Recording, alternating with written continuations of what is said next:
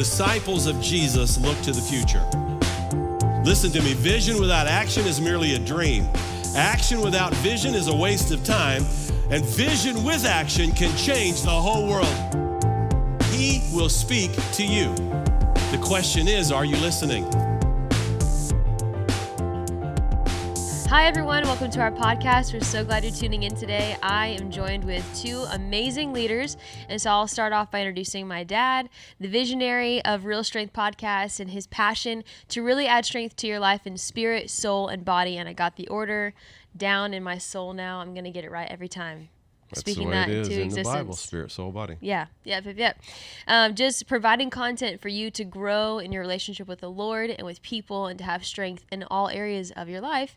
And today we are welcoming our special guest, Cole Gilman, which Hello. is a really special, fun conversation for us. He is also a friend and a boss to me. I work at your gym, sort of, kind of.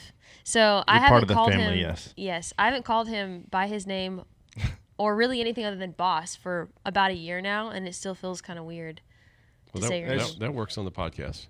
Yeah, calling him boss? He can be boss. I can be, what'd you call me, amazing? Yes. Yeah, that's the term you used. Amazing and boss. But one thing I really respect about Cole, and I'm really glad he's on our podcast, is he has committed his life to development, to leadership, to health and fitness, to healthy lifestyle, to really just accumulating a lot of skill sets. Pretty much every time I have a conversation with Cole, I'm learning that he knows another thing that I didn't know he knew how to do. So just plethora of skill set, talent, leadership, all those things. So give us some context, Cole, on you, who you are, and what you love about your life right now. Well, let's see. You just said I have a lot of different lives, and you learned a lot of different things about me all the time. we can't cover all of it right now. So I'm on life probably number 10. I've gone through 9 of them already. I've done lots of different things in my life. I think that was just on my journey to figure out where I was going to land. And I think at this point in my life, I finally figured out where I'm going to land, which is where we're at now in the gym and the physical health aspect of really everything. So give a couple of the 9. So military career for 8 years. After that was grad school for physician assistant, firefighter. At one point during COVID, I didn't have a job, so I built chicken coops and bedroom furniture out of my parents' shop, which was actually very lucrative for anybody who wants to get into it. I think that also is location specific, right? I don't know. I think as the world continues to turn down the path we're on, there's a solid chance chickens are going to be a much sought after entity. Just saying. Great. I do give your brother eggs whenever he asks for them, so it works out well. I'm sure he asks frequently. Often. So can I also make a request, or is that... By all means. No, I'll get my mother to listen to this, and she'll be like, "You're giving more of my eggs away?" Well, she loves it. So I'm guessing on the health side, since you're so great at health things, the eggs are free range. What all makes organic, free range? You're actually spot on. I think that I went over to my parents yesterday, and as I drove in their gate at their farm, I literally had to dodge chickens that were roaming around in the front yard. So I think that's fully free range. They do put themselves to bed every night, and there's one little nesting hen that seems to never let her little clutch go. But other than that, between chicken scratch as a supplement and otherwise it's just bugs in the yard, they are 100% organic free-range chickens. What protects them from the hawks? Nothing. That's why we lose chickens. Oh, wow. But I feel like we're pretty well off. So the hawks and the owls are big and healthy and fat. They're not hurting by any means. Yeah. what life are we on? 2? No, that was quite a few lives. Yeah. And then after, I also franchised a fitness facility. Technically helped with opening 8 of them. I don't know. Do you want me to get specific on that? No, that's fine. That's okay. And then from there, moved on to kind of coupling my background in fitness into what we do now and combining kind of the best of what we had discovered and getting rid of the things we didn't prefer and making kind of our own platform to go off of. So you've been interested in good health for a long time. Yes, I think it was ingrained for me early on. My mom was the running coach at our elementary school. Saturdays were whatever race my mom put me in, and then followed by whatever sport was in session. So that, from the physical aspect of sports and whatnot, was important. And then on top of that, my mom cooked dinner every night, and that was kind of just a staple Yep. growing up. Yeah, and your dad is a doctor. No, a PT. Yeah, so he's a PTAT. Yeah. So that was another aspect of my upbringing for sure. Yeah, fun little detour is Cole's dad and I used to play on the same softball team, mainly Fort Worth Firemen. And I don't know how I ended up on the team. I think from a friend from the gym. And so it was a lot of fun. I got the nickname Warning Track. Did you know that? I was hoping he was going to point that out. I was going to if he didn't. What does that mean, Wait, Pastor what? Jeff? What does that mean? So Cole's dad, if he wanted to hit it out left, center, or right, he could. He just had hand-eye coordination. He had a perfect swing. My goal was to hit it as far as I could that way. So as the result of trying to hit it far, a lot of times I ended up getting underneath the ball, and it went a long way up, but not far enough out. And so a lot of my balls were caught on the warning track. So they nicknamed me Warning Track. At the same time, sometimes, I don't know if he would admit it, if your dad would admit it, but sometimes I did clear the bases. So Wait, I thought you also hit a lot out of the park. I Because did. I remember you would send me and Jonathan and Josiah running down the back to go chase the home run hits. I did, but not as many out of the park as inside the park. Oh, okay. I do. That was a weird aspect whenever we first came to High Ridge as well. When Pastor Jeremy and I connected instantly, because we're pretty sure we chased foul balls and home runs together without having any idea Who the other one was and that you'd end up. Yeah, we had no clue, and here we are. But even my dad saw, I think, one of the first streams when we were listening to High Ridge at home. Is that Jeff Klingenberg? I'm like, yes. Is that your pastor? Yes. Oh, we used to play softball together, and then the warning track thing came up. So it's been a weird, long future or history, I guess. It's all come back around. Wow. Yeah, there was one game where there were runners on base that I remember at what's the park off of Gateway Park, on the long field, where I think you got to hit it 320 to get it over, and it was a 8-foot fence if I remember right. And probably that one game, there were base runners every time, and every time I tried to jack it out, and every time it was a warning track. And so I'm pretty sure your dad or maybe it was Dotson. Anyway, one of them, David Dotson. Yeah. Lord help him and heal him. He's bouncing back from cancer. Oh, wow. Jesus' name, wherever he is, help him, Lord. Anyway, so that was a lot of fun. Yeah. Those were good health days. Get us back Yeah. on target.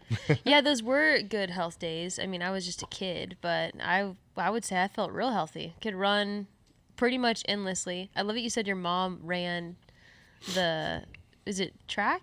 So she, at our elementary school, so she was a 5th grade, 6th grade teacher at Meadow Creek in Crowley ISD.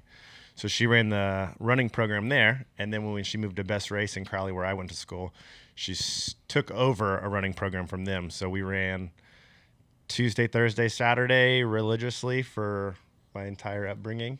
Wow. I could probably, and you still can run forever. So I don't know why you said used to. It was different then. Okay. I was just floating on air. Now I'm meeting the pavement a whole different way. Could you imagine Mom being our track coach, though? Mom, No. different world entirely. Mom was our praise team ensemble director. So My mom was, can't sing a lick, and she won't be mad at me saying that because she agrees. So yeah, so your mom taught you good form, and my mom taught me good form for different things. Yep. Which is cool. But yeah, so today we're bringing the conversation. We were spending a lot of the last season on spiritual warfare and spiritual health and all that. And now we're shifting back into physical health and being a physical health care provider, professional person, and someone who's dedicated your life to developing physical health patterns in your life. I'd love to go back to the beginning of when did you realize you were passionate or had an interest in physical health, and how did it impact your life? Goodness. I think I don't have an epiphany moment per se. I think because of the way I was raised. I think probably my military time was probably the one moment I realized that physical aspect of how far you can really push your body. And from there, it kind of culminated into what it's become as far as, like, for me personally, it's always what's my next challenge, both spiritually and physically. Obviously now I'm more in the physical aspect of that avenue, but I think from there it really just started becoming an everyday part of my life. And I think I saw what it did for my life, and then in turn my wife was a part of that, and it really like transitioned into, okay, if I'm enjoying every aspect of this, why are we not sharing this with everyone else? And I mean, you can probably allude to this with health stuff. I mean, if you're physically in a good state, life exponentially is easier. Oh yeah.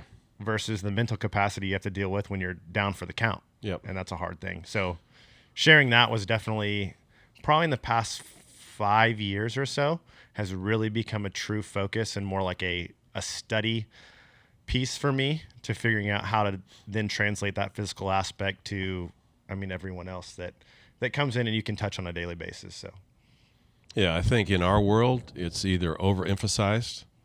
Hey, look at me. Look at what I've done with my body. Or it's completely underemphasized with, I don't want to do that. Bible says that body like exercise only profits a little, but godliness profits a lot. And so the mindset is the body can be neglected, be it purposefully or just by osmosis, just degeneration. And so it's not taken good care of. And I would guess you believe, but I believe all three parts, spirit, soul, body, all interact. And if you've got a body always holding you back, it's going to be hard for your spirit man and your soul to get strong. And physical activity. I mean, Jesus walked and he was a laborer. He worked with his hands. So the literal word about Jesus isn't carpenter, it's tekton, which means he was a stonemason. He did work with wood. He was also could excavate. So if you ever get to go to Israel with us, you remember seeing the mosaics in Zippori where Jesus worked, and all done by hand, all those little pieces. So he practiced good health directly and indirectly. His health didn't hold him back, and that's kind of, I'm sure you. Not only, I bet your viewpoint is not only don't let your health hold you back, but go ahead and do things to progress in that, like you're trying to progress spiritually. Yeah. Well, and it's a modern problem, health and fitness and maintaining vitality in your flesh is a modern problem. Like back in Bible times, you're walking everywhere, you're lugging your own weight. There isn't a car to load up your groceries. It's all manual labor. So it's easy to read that and think contextually, it benefits you. It has some value. Contextually speaking, you should be able to take care of yourself. It's about stewardship, really. But now in this modern world where sedentary lifestyle is the norm and physical activity is really on the decline, I think what we're fighting is people losing sight of how God designed the body to be able to do stuff. Like you should be able to squat down and pick up your kids. You should be able to. And there are extenuating circumstances, like injuries and disease and things that people face that are real setbacks. But I think the reason we're seeing a pendulum swinging, and I am speaking on this weekend, so it's really fresh in my mind. If I have a lot to say, I'm sorry. But I think it's a lack of vision. I think people who obsess over it and people who neglect physical health have lost vision. They've lost sight of why we're supposed to be physically healthy. That's good. If you obsess over it, you've made it something as a rule, a morality, as a benchmark it wasn't meant to be, a controlling element, a qualifying element it wasn't meant to be. That's good. But if you neglect it, you're also taking this incredibly complex machine that God designed, more complex and more multifaceted than anything else man has ever made, and you're neglecting facets of its capability because of poor stewardship. Yep. And a lot of that is from poor education too. Oh, I think so. You talk about God designed us as this miraculous machine that we are. Yep. And now with my wife growing and creating a small human. Yeah. Congratulations. Thank you. So seeing that and seeing the intricacy of what started to every sonogram and how much has changed, like truly a miracle to watch that whole process happen. And then I think we lose sight of that as we grow, and that obviously when you're born, you don't know that you are what you are, but there is a point in life where you figure it out. And to neglect that, I think too, though, with the lack of education, it comes down to the way that the world is kind of shaped what you should look like as a human being, what physical fitness, what physical health, what the perfect body image is supposed to be. That has really dictated that huge tangent as to where we take our physical health now. Is our physical health aesthetic? Is it functional, like we were talking about? And that the term was coined as far as functional fitness goes, doing the things on a daily basis. I mean, reality with ease. I mean, that's really what it comes down to. And there's a ton of science behind that. Yeah. But are you trying to look good on platform for everyone?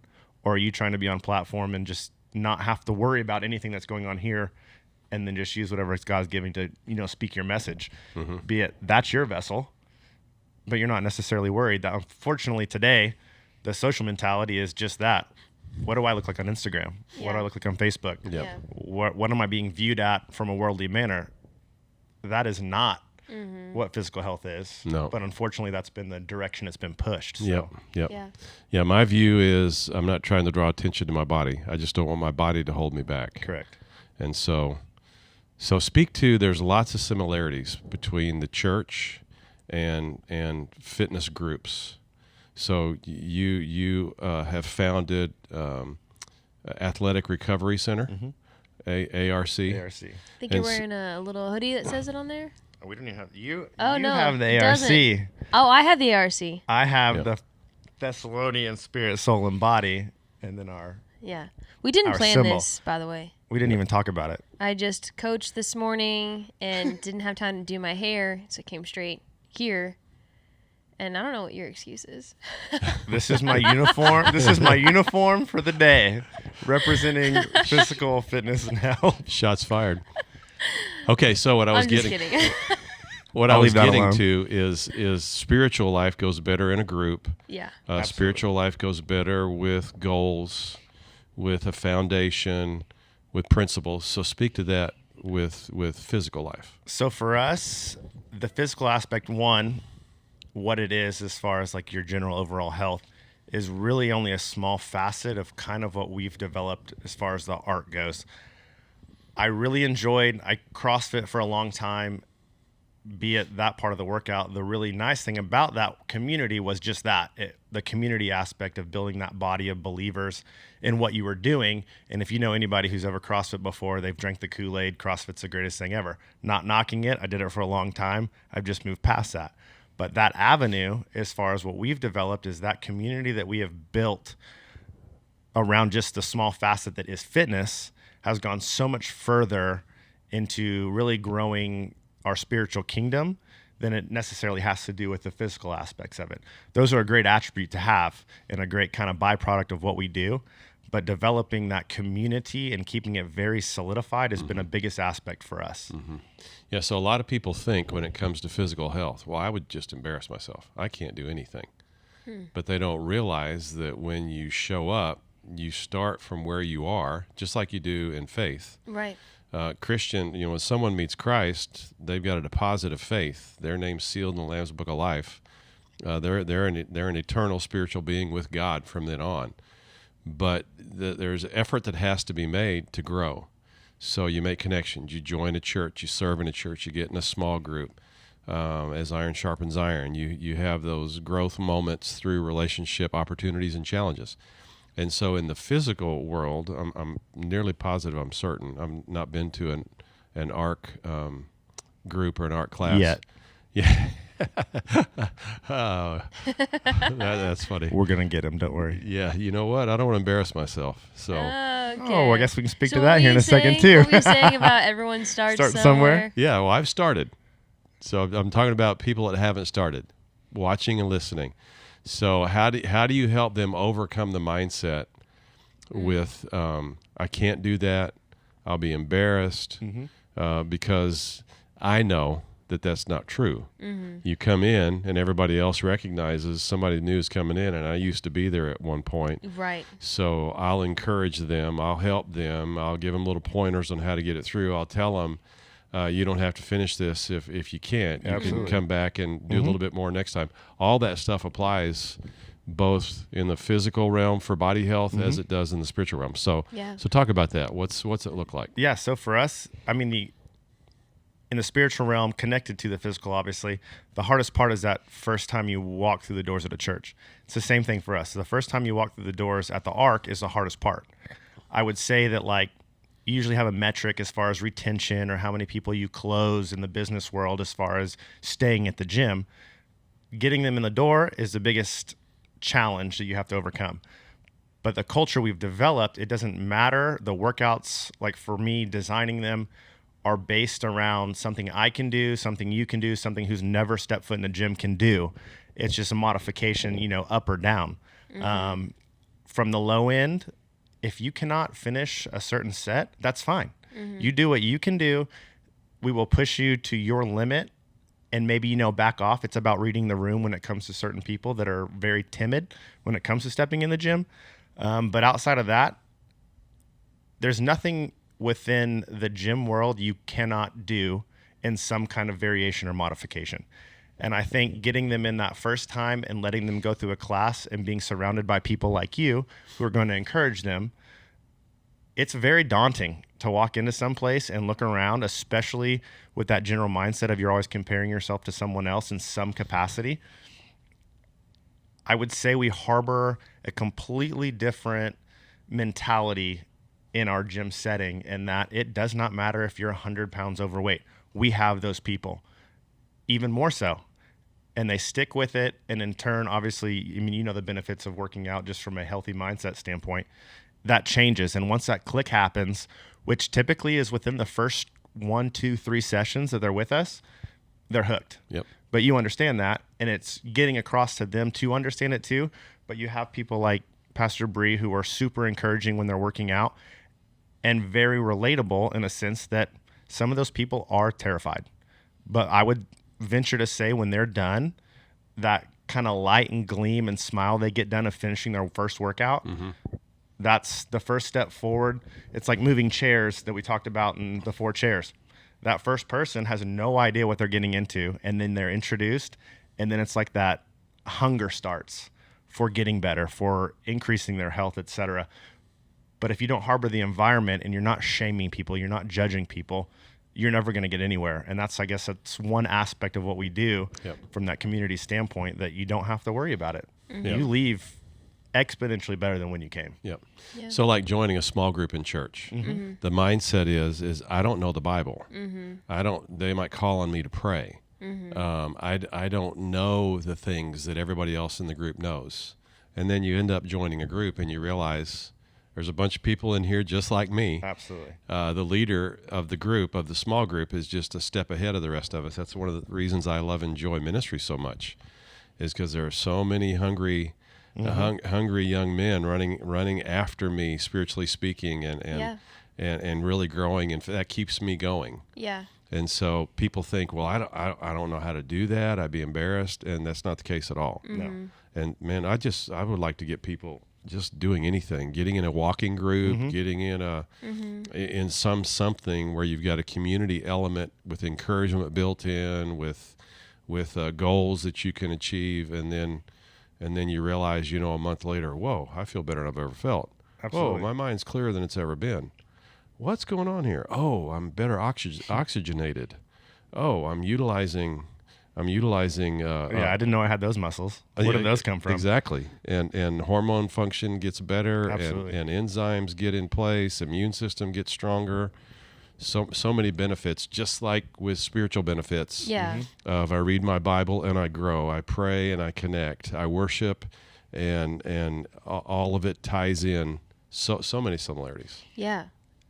I feel like you have something to say. Go ahead. You can go ahead. I got mine on board. Well, I was going to say it's a forward momentum. It's creating the muscle of having courageous steps towards progression. And if you take a courageous step in the gym, the chances of you taking a courageous step in your spiritual life goes up.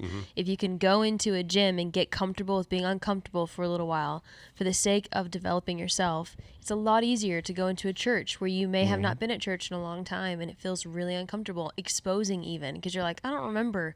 Do we raise our hands? Do we clap? What is it like? If you get good at using that muscle, you actually get comfortable with being uncomfortable and putting yourself in different rooms, and that matters a lot. I was also going to say, with health and fitness, I read somewhere recently that the payoff when you are physically exerting yourself for an hour, 45 minutes at least, you're going to get almost double back in vitality. So double the time back of vital being alive, not just living till you're 90, which you could do in a vegetable state, but like vitality into those 90s. You get those hours back, and I think that's fascinating. But I do think that there is a difference between physical activity and really working out, and I think it actually correlates spiritually speaking as well. There's a difference between being around spiritual life, and by osmosis you're going to worship more because people are singing around you, or you're going to know more because you're listening to more podcasts or whatever, or listening to more sermons. But working out your faith means putting in an effort that's strenuous. It's applying your mind, it's applying your time. And the same thing for fitness. You can do active things and be benefiting from it, but I think there's a difference between activity and working out. Do y'all want to speak to that? I think, well, back to his original, when it comes to, it's the same thing. It's preached so much more is done in small groups and necessarily from the platform, as far as like actually growing in your spiritual faith. And the same concept goes with how we run everything, as far as like the 6 a.m. class holds the 6 a.m. class accountable, period. So there's no, if you don't show up, you're going to catch flack in some capacity. It's always in a very positive, fun way. Yeah. But that's the one aspect. And then in turn, it translates obviously to the church world. If you're not here, or if I'm not here on a Sunday, you best believe someone is blowing my phone up asking what's going on. But it's the same difference in the physical aspect, which that aspect is nice. Go back to your question again. Well, and before we move on, I think that also that speaks to the people who are showing up. You know, if you show up to a gym and you don't engage and you're not social and you don't make friends, then you don't invite that kind of connection that people want to keep you connected and accountable and growing. Same thing for church. If people listening go, well, no one texts me if I don't make it. Well, have you connected? Have you made an effort to be known and know people and, you know, in a sense, be missed? There's a kind of a osmosis thing going on. It takes two to tango kind of thing. There has to be a give and take in order for that to begin to happen. Well, I think that intentionality, if it's not there, be it in the gym or the church setting, it's never going to just happen, I think. And I mean, it's the people we've invited to church, I just haven't connected yet. Like, well, you left 5 minutes early and you showed up 10 minutes late and you don't realize why no one knows who you are. I mean, that, in a nicest way put, like, that's kind of on you. And that you're not being intentional and, again, being vulnerable and putting yourself out there. And it's the same thing happened in the gym setting. If you're going to go in there and not talk to anyone, good luck developing that, you know, family aspect. It's not going to happen. Community aspect, yep. Absolutely. Yep. Yeah, but on the fitness question, activity versus working out, I think for faith, the reason we're seeing a lack of maturity is because people are good with spiritual activity, but they're not really working out their faith. Exactly. They're not growing. So when it comes to fitness, how do you weigh when is a season for activity and when is a season for working? When is a season for breaking down muscle and getting strength? How do you know the difference? Because you need both. Your body can't take a constant beating of muscle growth, but also if you don't push your limits, just being active is not going to actually give you the kind of development. So I think in that aspect, whenever, like, for me, programming, it's all based around, you know, call it cycles that you kind of alluded to. You cannot continue to break yourself down with no chance of rebuilding. You can't, I mean, if you're sore every day, you're probably not doing something right because you're not allowing that that recovery aspect. So when it comes to the physical, it cannot be just a willy-nilly thrown together program because you're not really gaining anything. And that alludes to the big term right now is like zone 2 cardio, which can go a bunch of different ways as far as sustained cardio, but like carrying groceries, going to the store, going on a hike, walking around, all considered technically zone 2 cardio, which is great and something you absolutely need. but that's only one aspect of what is truly going to get you to that next spot. And so like with the programming and the physical side of things, if you're never to a point, like we always teach, and you're obviously can attest to this, if you're not reaching a failure point whenever you're on a strength day, are you ever getting better? Are you ever, if someone ever questions me in my faith walk and I don't know the answer, I either one can just succumb to that and move on and like, well, I'm not going to find out, or I can be challenged to find the answer or to get into the word more. And the same thing happens in the physical realm. If you're coming in and you're content with your workout, you're never pushing on my zone to get that heart rate to a certain extent. Hey, I know I can do 10s on bench press. Well, that's fine and dandy. But if you're never challenging yourself to get to that point to find your weaknesses, you're never going to grow off of them. So a lot of our program is for that. You have to challenge each other, but that's where you come in as a coach too. And the same thing, a spiritual leader, I'm chasing him as, someone else might be chasing me in the gym, but you have to have that challenge and you either accept it or you don't. And so encouraging you to find and push towards that challenge is a huge aspect. Mm-hmm. This is a biblical principle, right? Excuse me, a biblical principle. So Paul said, I buffet myself. And what he's talking about, so did y'all know that there were Olympics in biblical times? I know you'd preached on it. Yeah, so Rome had, the Roman Empire had Olympics. Mm-hmm. And one of the events was wrestling. And so it's a spiritual concept of we don't wrestle against flesh and blood. We wrestle against spiritual principalities. So what he's referencing there is what he saw in the Olympics that took place in Rome for Roman citizens.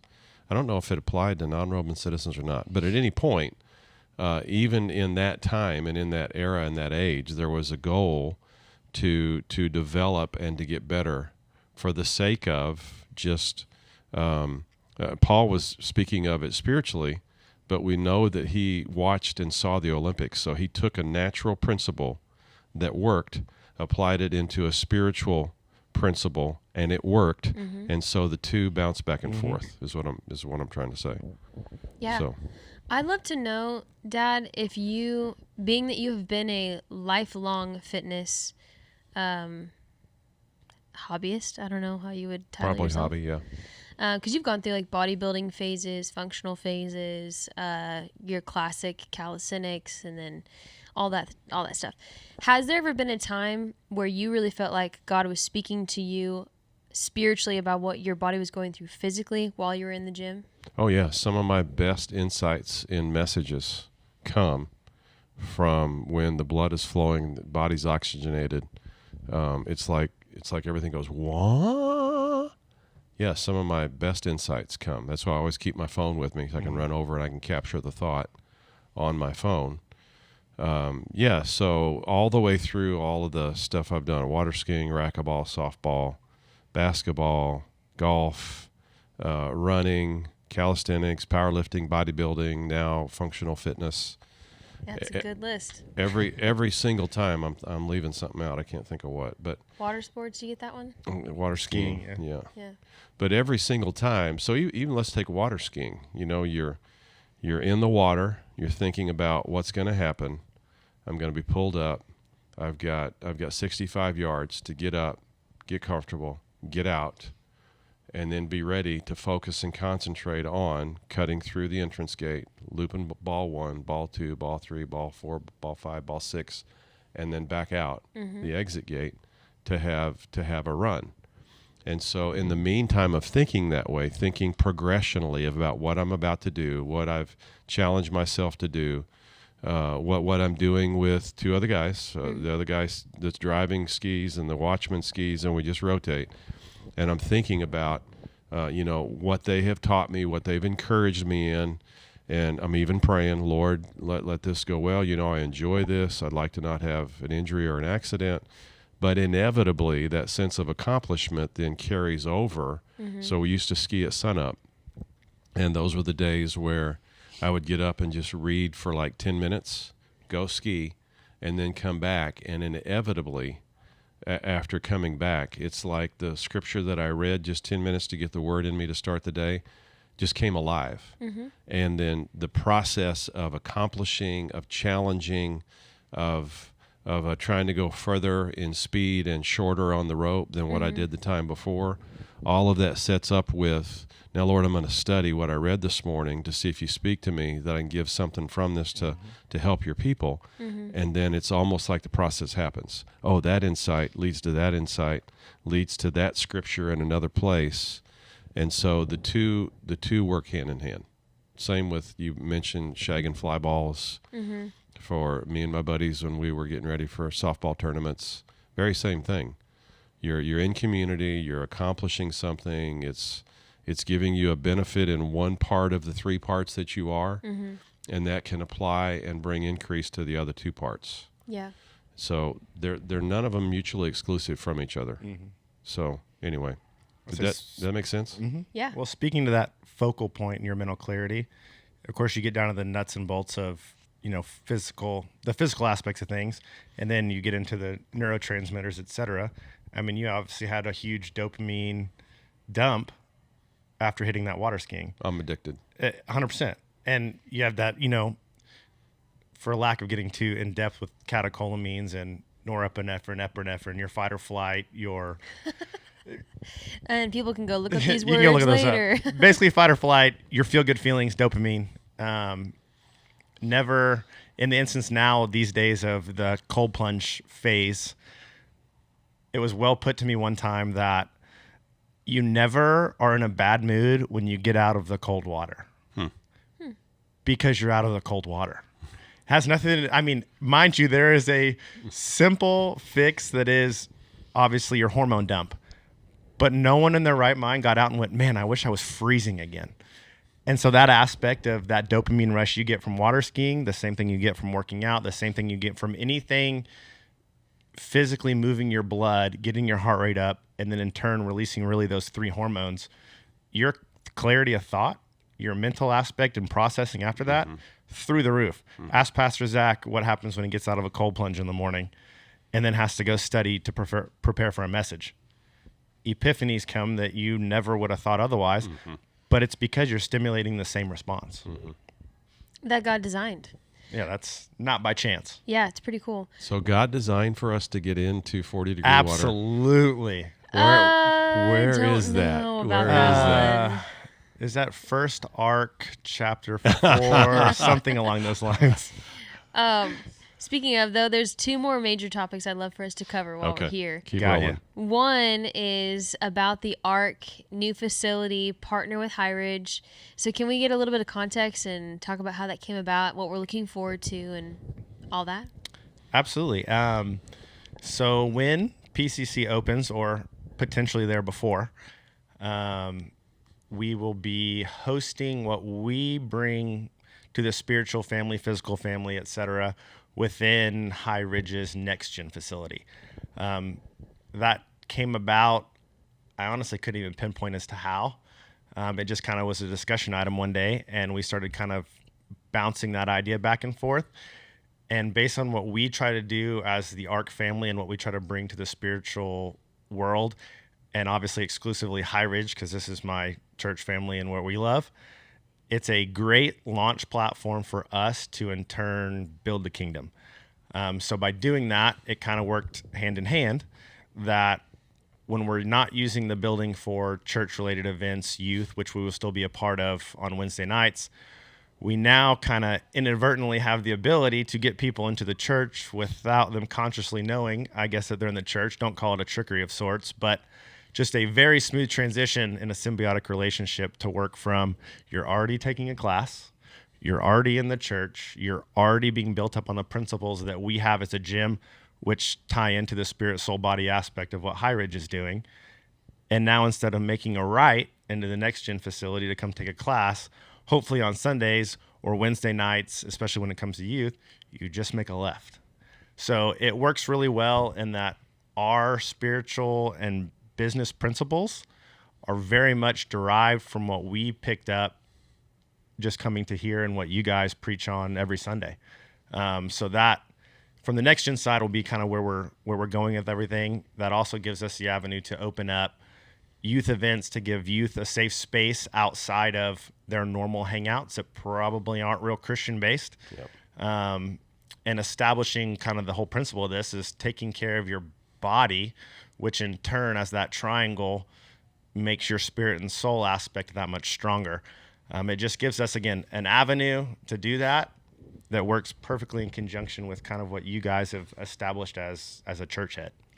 So I can give the big picture. Yeah. Go. So off of a dream and off of some rhema revelation from the scripture, your dream, my insights out of Psalm 107, we bought a theater complex 17 miles west of this campus where we are right now shooting this podcast. It was a reach for us, but we were able to do it. Big building. And when we got estimates on refurbishing the whole building, it was beyond our scope at this point. Yeah. So we decided to refinish and to prepare one side of the building and leave the other side raw and unfinished. So then the idea came up with, so what's the vision going to be? Who are we going to reach and why? And one of the things that I've been burdened with for the last 20 years is the amount of kids' activities going on the weekend, specifically on Sunday, pulling families out of church life. So I've been praying and seeking the Lord for forever. How can we get people into the church building, perhaps even for another purpose? And at the same time, I hope we're able to get the video screen that's going to be playing like little 3 and 5 minute Rhema Insight things that'll be playing on a scroll all day long, just to maybe get a little spiritual injection into people that would be coming in for a workout, for hitting balls into a net or shooting free throws, or in for some functional training or some developing speed development. How can we do something like that and reach a community that is very, very given to blessing their children and their youth? And so this idea came. Why don't we consider having the unfinished portion be used by a gym? And I think you had already talked to Curtis, what are you guys going to do with the unfinished side? And then the idea came up, we'll lease it to you guys and not have it be, if you come to ARC, you're coming to High Ridge, not at all. And if you come to High Ridge, you've got to come to ARC, not at all either. But just to have that space be utilized with you guys leasing that space, providing all the equipment. High Ridge isn't providing any of the equipment. We're just providing an opportunity for a space to be used, hoping to utilize the connect point of a building to get the scriptures into people that might not be in church except for Easter and Christmas. Yeah. And so it's going to serve a dual purpose. So the elders were asking me one time, why is it that your fishing hole or your place to reach people is at gyms? I said, because I'm comfortable there, and there are hardly any pastors there. And there just aren't that many pastors in gyms trying to make new friends, trying to find out where people are in life. I use my 2 questions to start conversations, and inevitably they'll respond when I say, tell me about your faith background, or tell me about what you think about heaven and hell. And inevitably that'll open up a conversation, and many people as a result of those conversations have come here, gotten saved, been baptized. Recently I talked to a guy while working out, said, tell me about your faith background. And he said, I've been to your church. And so I had on a High Ridge, the shirt that Clay made for me, a High Ridge shirt. He said, I've been to your church, and I really liked it. I said, well, great. How about your faith background? Well, I haven't decided yet. And I said, well, okay, great. Come back sometime, and perhaps the message will help you decide. Or I have a little prayer that I do at the end to help people decide if they want to receive Christ into the life. He said, okay, I'll be there. And he was there the next Sunday. And I didn't see him because when I have my glasses on so I can read my notes, I can't see faces. And so I didn't see him until I took my glasses off at the very, very end of the teaching to help people pray, offer a prayer that they can help pray to ask Christ to come into their life, forgive their sins. And I look over, and he's looking up at me, and he's waving like this, wanting me to see that he came and he prayed with me to have his sins forgiven, then he came and was baptized. That's awesome. I think he was transferred away right after that. Anyway, so the goal is to provide a fishing hole, if you will, a connection with people, never to force it, just to offer an opportunity to utilize unused space, to provide an opportunity for y'all to have somewhere. Don't know how long it'll be, because I'm hoping the church grows. Yeah, absolutely. And we have to remodel the bigger side of the building to make space for a bigger worship center. I believe that's going to come quick. But anyway, Yeah. in the interim, we can make a statement to a community, Yeah. to a whole community. Hey, we care about your life beyond Sunday. Yes. And we care about your children beyond what they're missing because they're out in activities. And we just want to get a little shot of something in you just to help. So I'm hoping we're on the front end of something that God's going to use. Yeah. And so it's kind of a partnership with you all leasing the space from us, utilizing the space, and then us trying to, if we have opportunity, encourage the people that would come to ARC. If not, Lord bless them and help them. Go. And it's funny, and I probably never told you this. We had a conversation one day. I think you'd either just finished a workout or in the middle of somewhere in downtime, and you explicitly told me, like, the reason I'm in here is because this is my fishing hole, and I'm not done yet fishing in this said hole. And that was probably 2 years ago, at least. And I never really thought about it right then and there until we started getting into like really developing the ARC and what we were going to stand on. And that still resonates with me, that we've now created a facility. I don't call it, what's the word I'm looking for? Selfish of sorts, but I've created now an atmosphere that I can personally fish in. So it's almost like developing my own pond, that now having that conversation with you 2 years ago is a perfect platform for me to fish from. And I never thought that would be the case, especially when we had that conversation in passing. And here we are today having a perfectly stocked pond to fish from. Yeah, there are many people that will never darken the doors of a church, but their shadow will cast with your shadow in a public place. In other words, they'll be around you. And so while we're talking about fitness, it all works together. In whatever venue we're in, it all works together, where if the opportunity presents itself, we want to help people receive Christ. Yeah. We want to help them receive forgiveness for their sins. We want to help them step into a life that they can't have aside from what Christ provides for them. And quite often that connection point is in a public forum where there are other people there. Yeah. And the friendship develops. And that's the way I don't like to cold cock people. I like to, for a conversation to develop and some kind of connection take place. And then the next time I'm in there, and hey, Jeff, good to see you again. Yeah. I didn't ask you last week when we were talking, what do you do for a living? Yeah. That organic conversation that you had. Organic conversation. Yeah. And it's not manipulative. It's because you care about them as a person, and you want to know them. You genuinely want to connect with them because you care about their soul. But yes, you also are a pastor. It's kind of one of those like fine lines that people, they're like, oh, don't try to like bait and switch is kind of the term I hear a lot. It's like, no, it's not like that. It's, no, I care about you so much that I'm willing to spend as much time with you as I can to build a relationship with you, to let you know that Jesus loves you. And even if you only know that through me and you never come to church, it's still on me to communicate that to you. I hope you come to church so your life can be strong in the Lord, but if at the very least, I just want to be able to impact your life for the Lord. Here's a fact. Your life is the only Bible some people are ever going to read. Yeah. They're not going to read That's good. the actual Bible, but they're reading your life. Let them see Jesus. Yeah. Let them see Jesus on whatever pages of your life they turn over and look at. Yeah. Doesn't mean you're walking around thumping people with spiritual stuff all the time. You're just living with a healthy spirit, a healthy soul, and a healthy body. Yeah.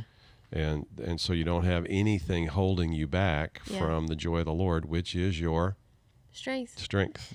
Yeah. So anyway, I think that Christians should be the best stewards of physical health because we know the one who created us. Absolutely. We should be the best at everything, in my opinion. But I would love for Christians to lead the way in the fitness industry that's being manipulated for the world, to switch the narrative. And if we have time, I would love to talk about, speaking of narratives and culture, biblical masculinity and what is masculinity. Because right now, when you think about the world and gym culture and all that, it is very much monopolized by people who are seeking the wrong forms of femininity. That is a hard word. Femininity. Yeah, and masculinity. So there seems to be a miss happening. And taking from your wisdom and your professional opinion, I'd love to know, how can we really define what masculinity is and how health and fitness plays into that, and how it should play into that. you ready to go? It's funny that you bring that up, simply because in our small group we're reading a book called The True Measure of a Man, and that's one of the biggest aspects and questions they asked was, define masculinity to a bunch of men. You want to talk about some dumbfounded answers? No one knows.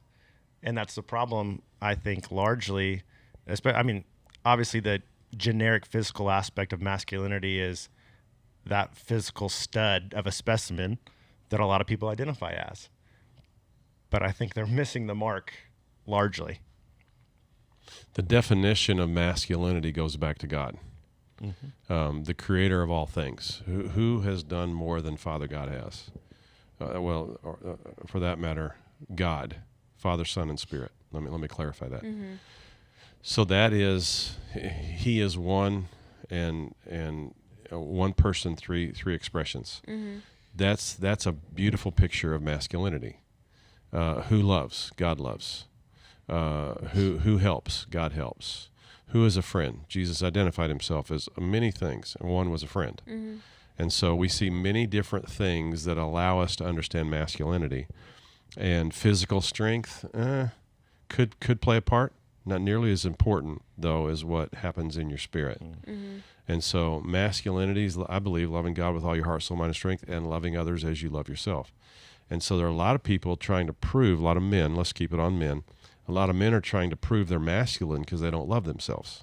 And there's an emptiness, and there's a void, and there's an insecurity, and there's condemnation, and I've got to prove to the world that I'm someone and that I'm something. And so what I'm going to do is I'm going to add this to my life, and this, speaking of substances, and then I'm going to train this way, and I'm going to be somebody that's something. I'm going to be someone someday. And it's all in just one aspect. It's all just in the body aspect. It's all just in the presentation. I'm going to ride faster and further than anybody. I'm going to run faster. I'm going to swim faster. I'm going to... Nothing wrong with those things, but it is wrong if that's going to prove to yourself and to the world as a man that gives you legitimacy. Yeah. That's wrong. Yeah. As Christ followers, as men, our masculinity comes from our Heavenly Father. He's the one that teaches us how to love. Masculine, godly men love God, express love. They don't just try to prove it with strength or with big biceps or being the longest, strongest, fastest, etc., because all that comes and goes. Yeah. But spiritual things are eternal. Absolutely. So our world is really confused on masculinity because masculinity is being attacked right now. Yeah. And it's being perverted. And so I think that not that every Christian man needs to be a health freak. I'm not saying that. I'm just thinking, though, that if we can have solid, well-rounded, spiritual men who can connect with people in the world, not be so holy and so sanctimonious and righteous that you don't connect. I'm just saying we ought to be the ones to be able to show what it's like.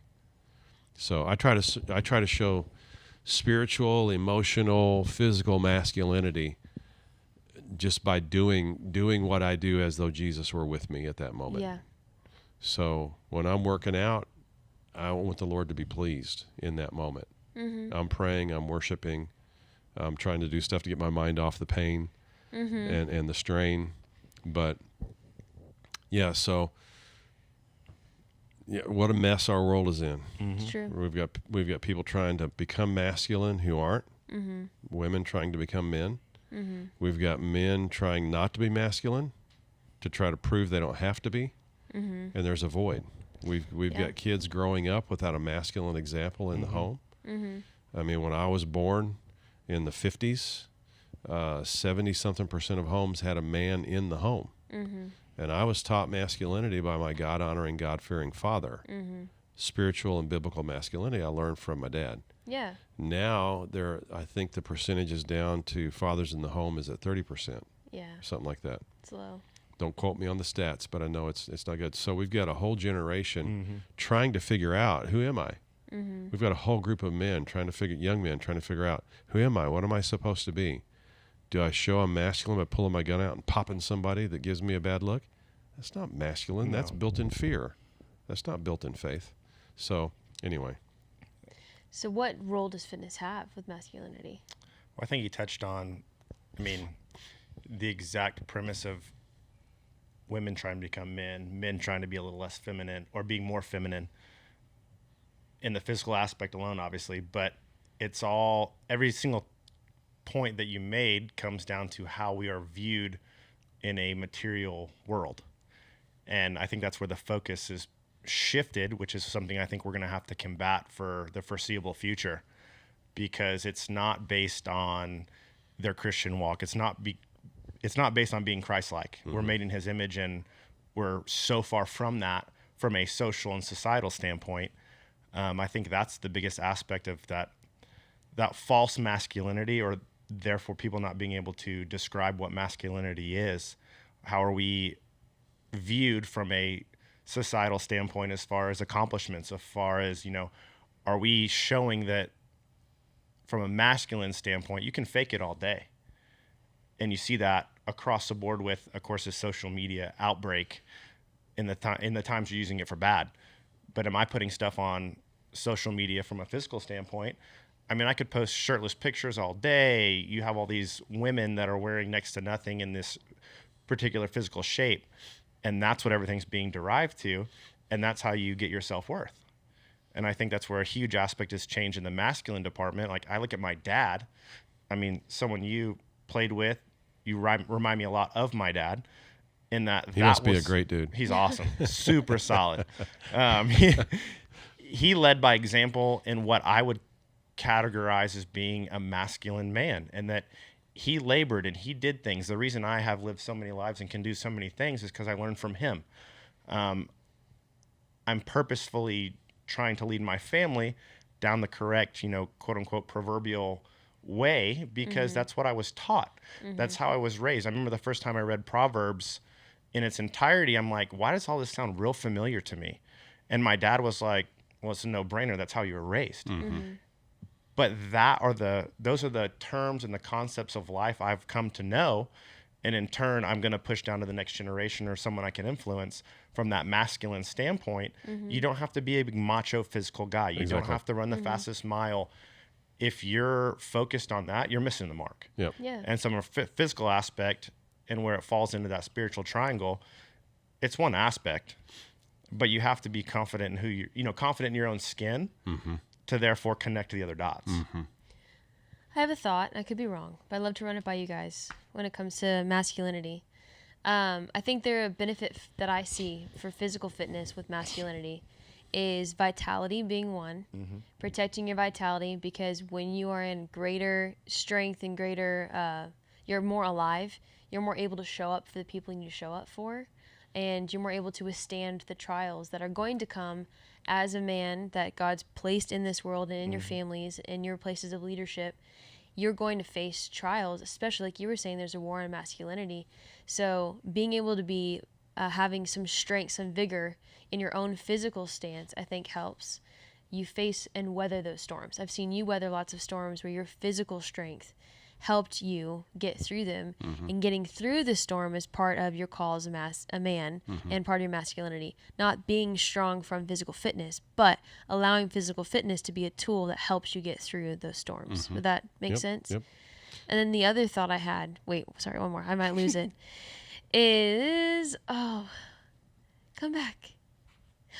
When it comes to lifting heavy and putting on big muscles and all that, I do think for masculinity, you as men are designed differently and can put on muscle differently, and God designed it that way. You can bear a different load, both spiritually and physically. And I think what I see with physical health, with men who have their confidence in the Lord, part of the benefit of pushing yourself physically, putting on muscle, is you're learning in a practical, physiological way how to be one who overcomes and gets stronger. And that mm-hmm. applies to other aspects of your life. Not that you have to be the strongest, that you have to have huge muscles, be super ripped, but you're in practice with knowing I get weak and I can get stronger as I keep pushing that weakness further and further away. I think that matters in the conversation of masculinity. Mm-hmm. What do you think? I agree. So the question is what is masculinity? Or what contributes to it? Yeah, what is it? Why does fitness matter? The physical aspects of it. Okay, so in my powerlifting phase, I do want to see a picture of that, by the way. I've got them somewhere. Whenever y'all got married is what's like burned in my brain. When you say powerlifting, I picture you and you picked up mom and you're walking down the aisle and your quads are like twice the size of what they are now, but they were huge. They were like massive. Do you remember that? Do you remember how big my butt was? Well, no, because that wasn't in the photo at the time. It was a frontal only. The photo was you carrying mom down the aisle, and you're standing in this athletic Wait, did you get married in stance. shorts? How'd she see your quads? It was busting out of his Okay. dress pants. Touche. He looked like Arnold Touche. Schwarzenegger, like bodybuilding Arnold Now days. I definitely want to see this. So I really enjoyed powerlifting. Let me go back before you all start making fun of me. I'm not But making I fun was of never you, even Larry. close to be the strongest. So the meet, though, I was in one meet, and I benched 315. I deadlifted 535, and I squatted 405. Wow. The three powerlifting lifts. All of those are nothing. The guy that was leading the world at that time was a policeman in Chicago. There were two of them in the weight class I was in, and they were like double that. Maybe not quite double that, but so my masculinity didn't come from how strong I was. Right.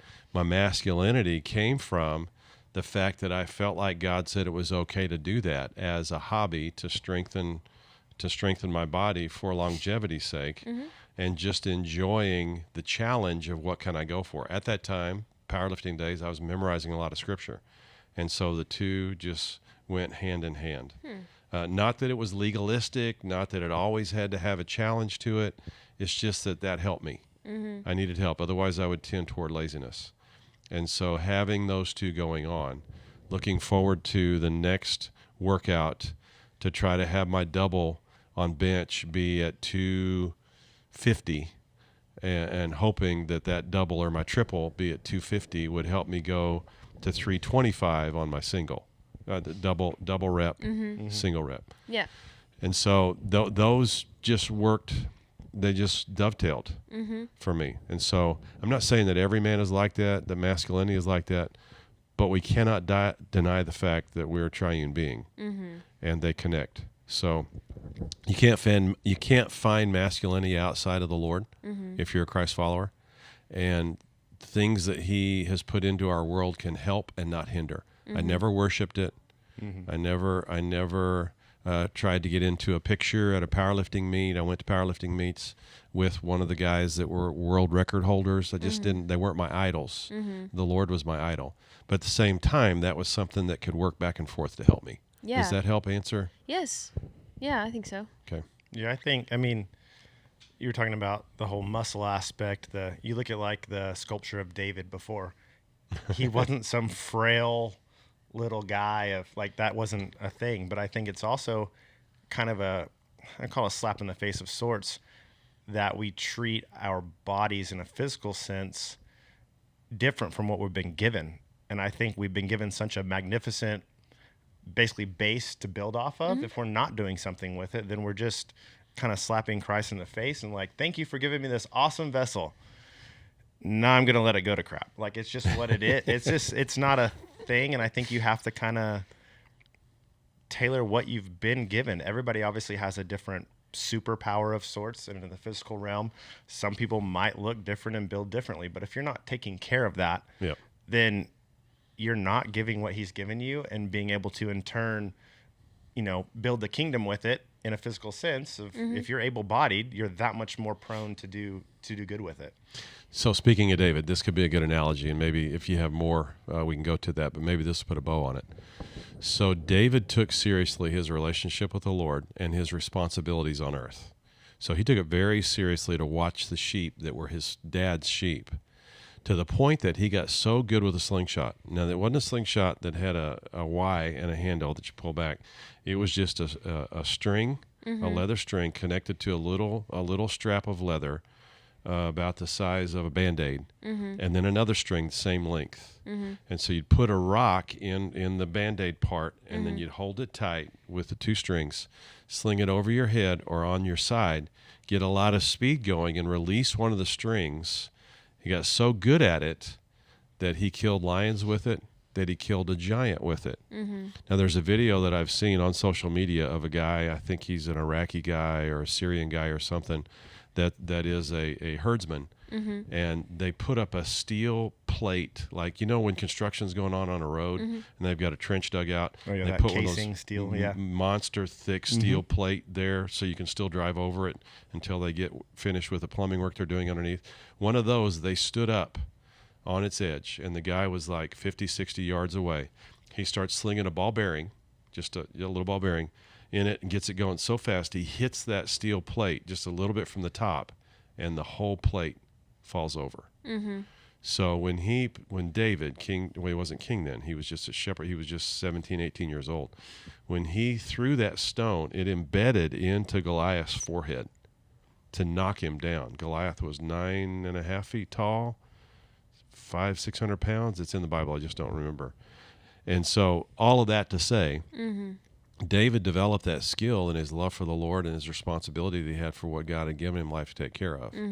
And he developed skill to be able to make that work so that he could protect the sheep.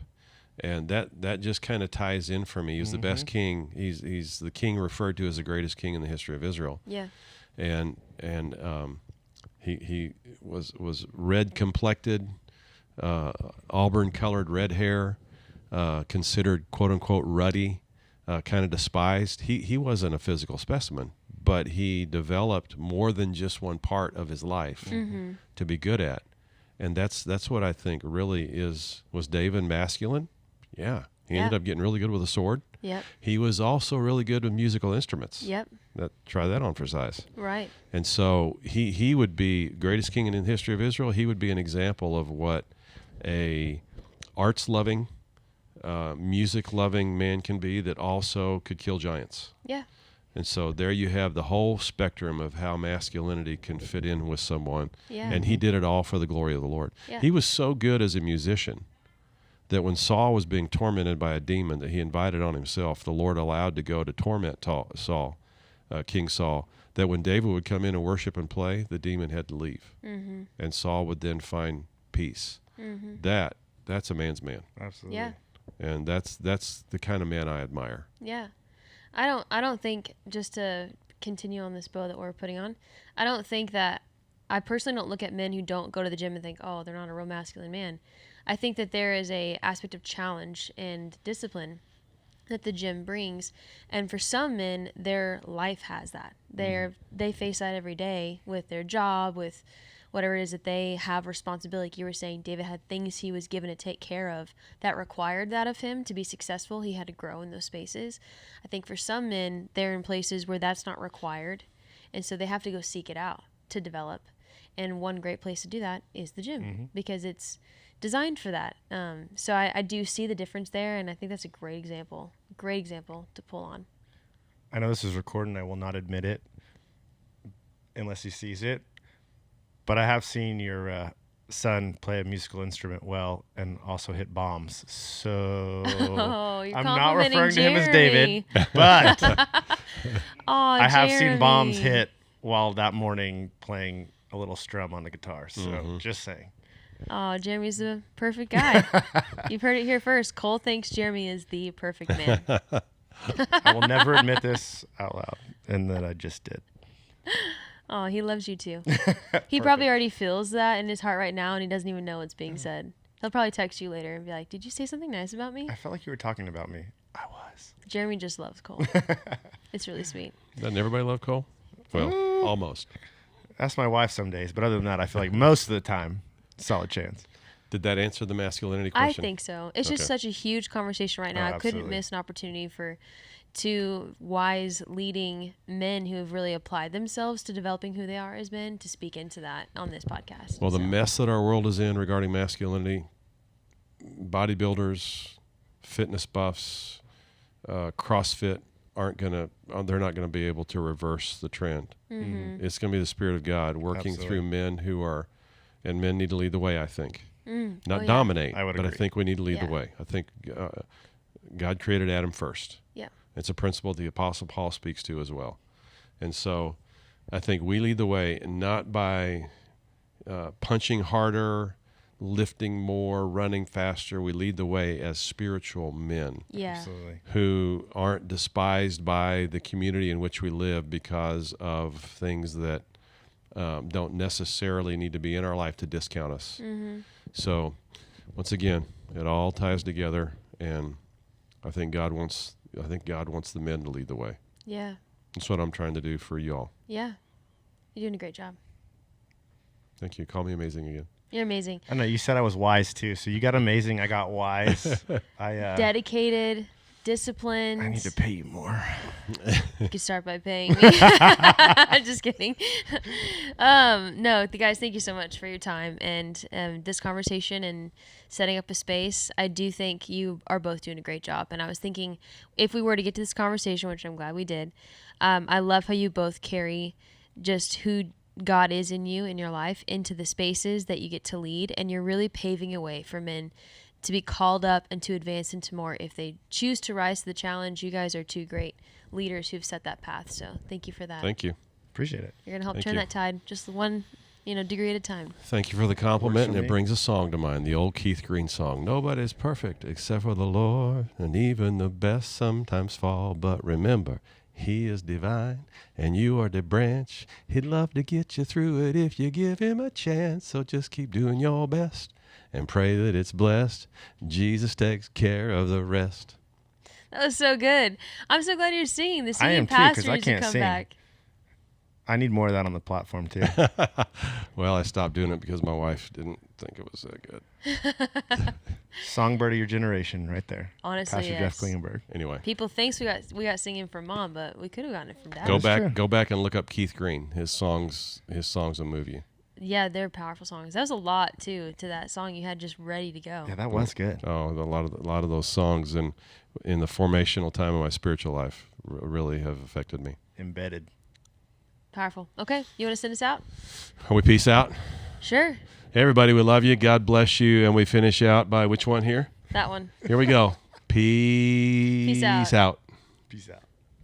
Thanks for joining us on the Real Strength Podcast. Pray that you were encouraged. If you would be so kind as to share, like, comment, or subscribe, it would mean the world to me. Look forward to seeing you on the next Real Strength Podcast.